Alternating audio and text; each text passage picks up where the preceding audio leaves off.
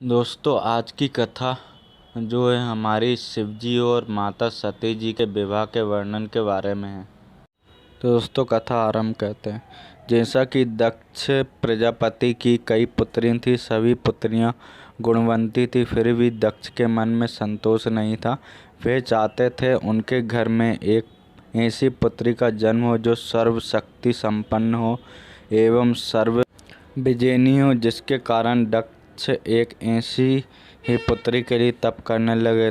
तप करते करते अधिक दिन बीत गए तो भगवती आद्रा ने प्रकट होकर कहा, मैं तुम्हारे तप से प्रसन्न हूँ। तुम किस कारणवश तप कर रहे हो? दक्ष ने तप करने के कारण बताया तो माँ बोली, मैं स्वयं पुत्री के रूप में तुम्हारे यहाँ जन्म धारण करूँगी। मेरा नाम होगा सती। मैं सती के रूप में जन्म लेकर अपनी लीलाओं का विस्तार करूँगी। फलतः भगवती आधा ने सती के रूप में दक्ष के यहाँ जन्म लिए। सती दक्ष की सभी पुत्रियों में सबसे अलौकिक थी। सती ने बाल्य अवस्था में ही कई ऐसे अलौकिक आश्चर्यचकित करने वाले कार्य दिखाए थे जिन्हें देखकर स्वयं दक्ष को भी विस्मयता होती रहती थी। जब सती विवाह योग्य हो गई, दक्ष को उनके लिए वर की चिंता होने लगी। उन्होंने ब्रह्मा जी से इस विषय में परामर्श किया। ब्रह्मा जी ने कहा, सती आधा अवतार है, आधा आदि शक्ति और शिव आदि पुरुष है। अतः सती के विवाह के लिए शिव ही योग्य है और उचित वर है। दक्ष ने ब्रह्मा जी की इस बात मानकर सती का विवाह शिव के साथ कर दिया। सती कैलाश में जाकर भगवान शिव के साथ रहने लगी। भगवान शिव दक्ष के दामाद थे, किंतु एक ऐसी घटना घटित हो गई जिसके कारण दक्ष के हृदय में भगवान शिव के प्रति वैर और विरोध भाव पैदा हो गया। फिर एक बार देवलोक में ब्रह्मा ने धर्म के निरूपण के लिए एक सभा का आयोजन किया था। सभी बड़े बड़े देवता सभी के एकत्र हो गए। भगवान शिव भी इस सभा में बैठे थे। सभा मंडल में दक्ष का आगमन हुआ। दक्ष के आगमन पर सभी देवता उठकर खड़े हो गए, पर भगवान शिव खड़े नहीं हुए। उन्होंने दक्ष को प्रणाम भी नहीं किया। फलतः दक्ष ने अपमान का अनुभव किया। केवल यही नहीं, उनके हृदय में भगवान शिव के प्रति ईर्ष्या का आग जल उठी। वे उनसे बदला लेने के लिए समय और अवसर की प्रतीक्षा करने लगे। फिर एक बार सती और शिव कैलाश पर्वत पर बैठे हुए परस्पर वार्तालाप कर रहे थे। उसी समय आकाश मार्ग से कई विमान कनखल की ओर जाते हुए दिखाई पड़े।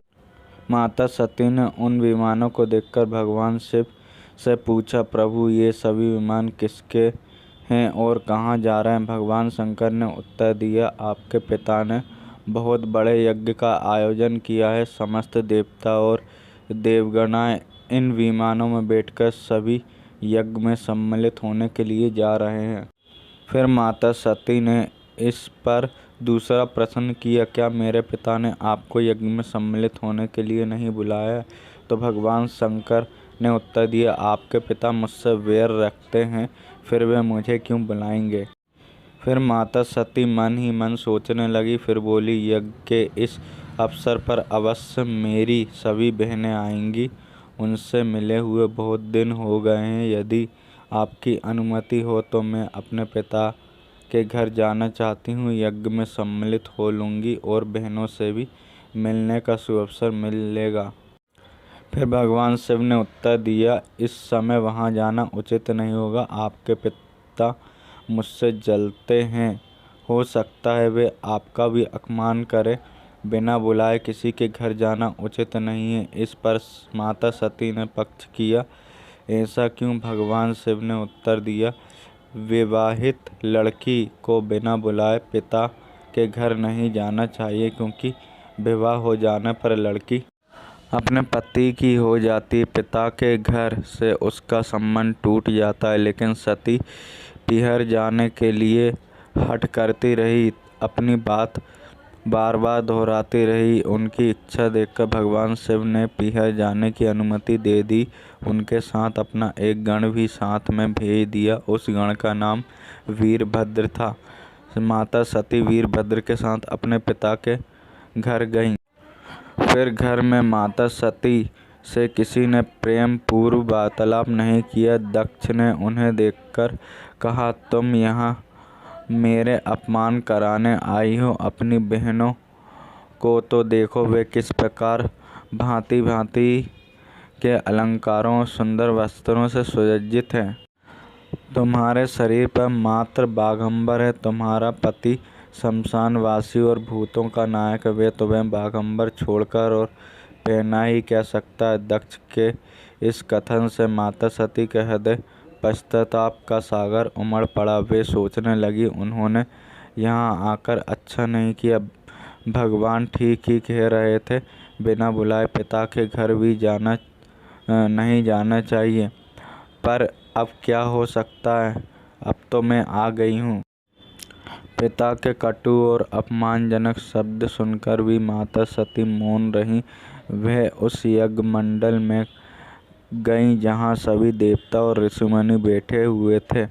यज्ञ कुंड में धुंध करती जलती हुई अग्नि में आहुतियाँ डाली जा रही थीं। सती ने यज्ञ मंडप में सभी देवताओं को तो भाग देखे, किंतु भगवान शिव का भाग नहीं देखा। वे भगवान शिव का भाग न देखकर अपने पिता से बोली, पितृश्रेष्ठ यज्ञ में तो सबको भाग दिखाई पड़ रहा है, किंतु कैलाशपति का भाग नहीं। आपने उनका भाग्य क्यों नहीं रखा।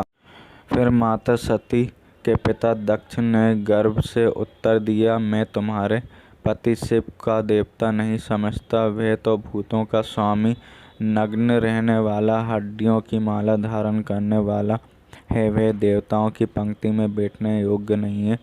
उसे कौन भाग्य देगा। माता सती के नेत्र लाल हो उठे। उनकी भौहें कुटिल हो गईं। उनका मुखमंडल प्रलय के सूर्य की भांति तेजस्वी हो उठा। उन्होंने पीड़ा से तिलमिलाते हुए कहा, ओ मैं इन शब्दों को कैसे सुन रही हूँ। मुझे धिक्कार है। देवताओं, तुम्हें भी धिक्कार है। तुम भी उन कैलाशपति के लिए इन शब्दों को कैसे सुन रहे हो, जो मंगल के प्रतीक और जो क्षण मात्र में संपूर्ण सृष्टि को नष्ट करने की शक्ति रखते हैं। वे मेरे स्वामी हैं। नारी के लिए उनका पति ही स्वर्ग होता है। जो नारी अपने पति के लिए अपमानजनक शब्दों को सुनती है, उससे नरक में जाना पड़ता है। पृथ्वी सुनो, आकाश सुनो और देवताओं सुनो। तुम भी सुनो। मेरे पिता ने मेरे स्वामी का अपमान किया है। मैं अब एक क्षण भर भी जीवित नहीं रहना चाहती हूँ। सती अपने कथन को समाप्त करती हुई यज्ञ के कुंड में कूद पड़ी। जलती हुई आहुतियों के साथ उनका शरीर भी जलने लगा। यज्ञ मंडप में खलबली पैदा हो गई। हाहाकार मच गए। देवता उठकर खड़े हो गए। वीरभद्र क्रोध से कांप उठे। वे उछल उछल कर यज्ञ का विध्वंस करने लगे। यज्ञ मंडप में भगदड़ मच गई। देवता और ऋषिमुनि भाग खड़े हुए। वीरभद्र ने देखते ही देखते दक्ष का मस्तक काटकर फेंक दिया। समाचार भगवान शिव के कानों में भी पड़ा। वे प्रचंड आंधी की भांति कनखल जा पहुँचे। सती के जलते हुए शरीर को देखकर भगवान शिव ने अपने आप को भूल गए। सती के प्रेम में उनकी भक्ति ने शंकर के मन में व्याकुल कर दिया। शंकर के मन में को व्याकुल कर दिया। उन्होंने काम पर भी विजय प्राप्त की थी और जो सारी सृष्टि को नष्ट करने की क्षमता रखते थे, वे सती के प्रेम में खो गए। वे शुद्ध हो गए।